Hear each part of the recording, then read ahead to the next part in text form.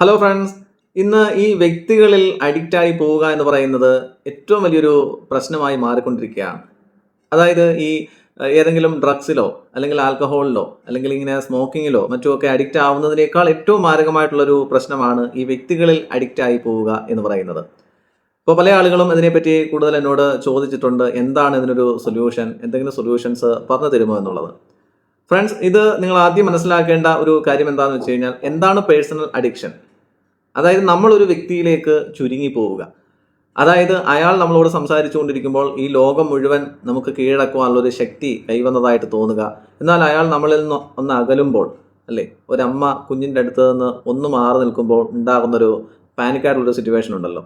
അതേ അതേ രീതിയിലുള്ളൊരു പാനിക്കായിട്ടുള്ളൊരു സിറ്റുവേഷൻ നമുക്ക് തന്നെ ഉണ്ടാകുന്നു. ഈ ലോകം മുഴുവൻ നമ്മുടെ മുമ്പിൽ അങ്ങ് തകർന്നു പോകുന്ന രീതിയിൽ നമുക്ക് ഫീൽ ചെയ്യാറുണ്ട്, അല്ലേ. അതിലൂടെ നമുക്ക് നഷ്ടപ്പെടുന്നത് എന്തൊക്കെയാണ്? നമ്മുടെ ലൈഫിലെ പർപ്പസ് എന്താണെന്ന് തിരിച്ചറിയാത്ത വിധം നമ്മളിൽ നിന്ന് അത് ഡിസപ്പിയർ ആവുന്നു, അല്ലെ, അപ്രത്യക്ഷമായി പോകുന്നു. ഇനി എങ്ങനെ മുന്നോട്ട് പോകണം, എന്താണ് എൻ്റെ മുന്നോട്ടുള്ള ജീവിതം എന്നൊക്കെ ചിന്തിച്ചിങ്ങനെ ആൻസൈറ്റിയിൽ അല്ലെങ്കിൽ ഡിപ്രസ്ഡ് ആയി പോകുന്ന ഒരവസ്ഥ. അതുപോലെ തന്നെ നമ്മുടെ സെൽഫ് റെസ്പെക്റ്റ് ഇല്ലാതെ പോകുന്നു, സെൽഫ് ലോ നഷ്ടപ്പെട്ടു പോകുന്നു, അല്ലെങ്കിൽ നമ്മളെപ്പോഴും അവരുമായിട്ട് ഇങ്ങനെ ഡിപ്പെൻഡ് ചെയ്ത് നിൽക്കുക, അതിങ്ങനെ ഇൻക്രീസ് ചെയ്തുകൊണ്ടേയിരിക്കുക. അതുപോലെ തന്നെ ഓവർ തിങ്കിങ് ഇങ്ങനെ സംഭവിച്ചുകൊണ്ടിരിക്കുക. അവരെന്ത് ചെയ്യുകയാണ്, അവരെങ്ങോട്ട് പോയി, അവരിങ്ങോട്ട് പോയോ, അങ്ങോട്ട് പോയോ, ഇങ്ങനെയുള്ള ചിന്തകൾ ഇങ്ങനെ മനസ്സിൽ ഇങ്ങനെ നിരന്തരമായിട്ട് വന്നുകൊണ്ടിരിക്കുക. അപ്പോൾ ഇതൊക്കെ ഇതിൻ്റെ ഭാഗമായിട്ട് നമ്മുടെ ഉള്ളിൽ സംഭവിക്കുന്ന കാര്യങ്ങളാണ്. അതായത് നമ്മുടെ ജീവിതം എന്ന് പറയുന്നത് മറ്റൊരാൾ നിയന്ത്രിക്കുന്ന ഒരവസ്ഥ, അല്ലേ. നമ്മളൊരു പാവയായി മാറുന്നു, മറ്റൊരാൾ കീ കൊടുക്കുന്നതിനനുസരിച്ച് ചലിക്കുന്ന ഒരു പാവയായി മാറുന്ന ഒരവസ്ഥയിലേക്ക് നമ്മൾ എത്തിച്ചേരാറുണ്ട്. എന്തായാലും നമുക്കതിൽ നിന്ന് രക്ഷപ്പെട്ടല്ലേ മതിയാവുകയുള്ളൂ. അതിനു വേണ്ടിയിട്ടുള്ള ഒരു എക്സ്പെരിമെൻ്റ് ആണ് ഇന്ന് ഞാൻ നിങ്ങളോട് ഷെയർ ചെയ്യുന്നത്. ഇവിടെ നിങ്ങൾ അതിനായി ചെയ്യേണ്ടത് ഇത്ര മാത്രമേ ഉള്ളൂ. നിങ്ങൾ കണ്ണുകളൊന്ന് അടയ്ക്കുക. ഇപ്പോൾ തന്നെ ഒന്ന് അടയ്ക്കുക. നമുക്കിപ്പോൾ തന്നെ അതൊന്ന് പ്രാക്ടീസ് ചെയ്യാം. പിന്നീട് അത് നിരന്തരമായിട്ട് നിങ്ങളത് ചെയ്താൽ മാത്രം മതി. കണ്ണുകൾ അടയ്ക്കുക. Take deep breath. ആഴത്തിൽ ശ്വാസോച്ഛ്വാസം ചെയ്യുക.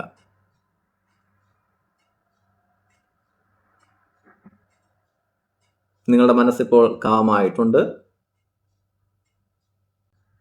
നിങ്ങളുടെ ആ വ്യക്തിയെ, നിങ്ങൾ ആരിലാണോ അഡിക്റ്റ് ആയിട്ടുള്ളത് ആ വ്യക്തിയെ നിങ്ങളുടെ മുൻപിൽ ഒരു 5 അടി മാറ്റി നിർത്തി നിങ്ങളൊന്ന് കാണുക.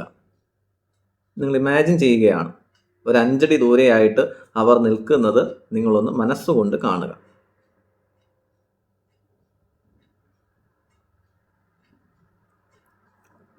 ഇനി നിങ്ങളുടെ ഹൃദയഭാഗത്തു നിന്നും ഒരു ഇമോഷണൽ റോപ്പ് എന്ന് പറയുമ്പോൾ കയർ, അത് ആ വ്യക്തിയുടെ ഹൃദയവുമായിട്ട് ബന്ധിപ്പിച്ചിരിക്കുന്നതായിട്ട് മനസ്സുകൊണ്ട് കാണുക. നമുക്ക് ദുഃഖമുണ്ടായാലും സന്തോഷമുണ്ടായാലും ദേഷ്യം വന്നാലും നമ്മുടെ ശരീരത്തിൻ്റെ ആകമാനം ഭാഗങ്ങൾ എടുക്കുമ്പോൾ നമ്മുടെ ഹൃദയഭാഗത്താണ് ഇമോഷൻസ് ഇങ്ങനെ കൂടുതലായിട്ട് വരുന്നത്. അപ്പോൾ അവിടെ നിന്ന്, അതായത് ആ ഹൃദയത്തിൻ്റെ ഭാഗത്ത് നിന്ന് ആ വ്യക്തിയുടെ ഹൃദയത്തിലേക്ക് ഒരു ഇമോഷണൽ റോപ്പ് കണക്ട് ചെയ്തിരിക്കുന്നതായിട്ട് ഇമാജിൻ ചെയ്യുക.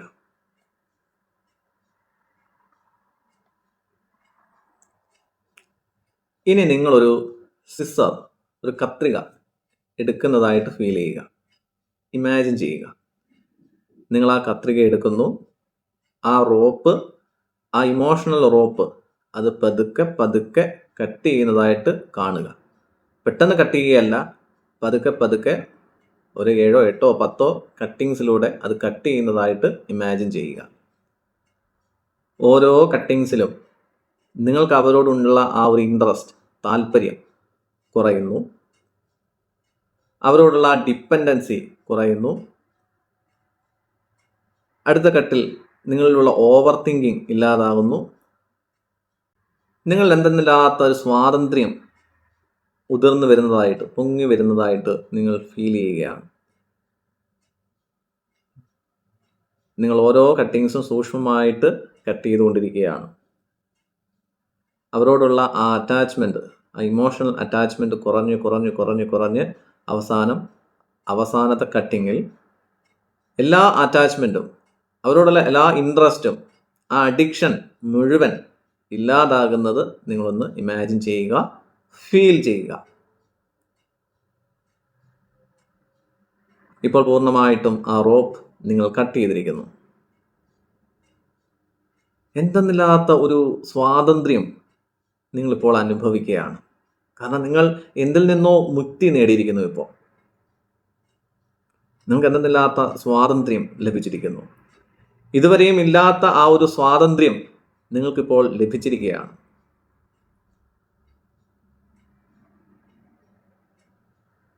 നിങ്ങൾ വളരെയധികം സന്തോഷവാനായി അല്ലെങ്കിൽ സന്തോഷവതിയായി കാണപ്പെടുന്നു. വീണ്ടും ടേക്ക് ഡീപ് ബ്രീത്ത്. ശ്വാസമുള്ളിലേക്കെടുത്ത് അത് നിശ്വസിക്കുക. ആ സ്വാതന്ത്ര്യം, സന്തോഷം അങ്ങോട്ട് അനുഭവിച്ചേ. ഇനി മനസ്സുകൊണ്ട് നിങ്ങൾ പറയുക, ഞാനിപ്പോൾ സ്വതന്ത്രനാണ് അല്ലെങ്കിൽ സ്വതന്ത്രയാണ്. എൻ്റെ സന്തോഷം എൻ്റെ കയ്യിലാണ്. ഞാൻ ഇമോഷണലി സ്വതന്ത്രമായിരിക്കുന്നു. ഞാൻ സ്വതന്ത്രയാണ്. എൻ്റെ സന്തോഷം എൻ്റെ കയ്യിലാണ്. ഞാൻ ഇമോഷണലി സ്വതന്ത്രയായിരിക്കുന്നു. മനസ്സുകൊണ്ട് ആവർത്തിച്ച് പറയുക.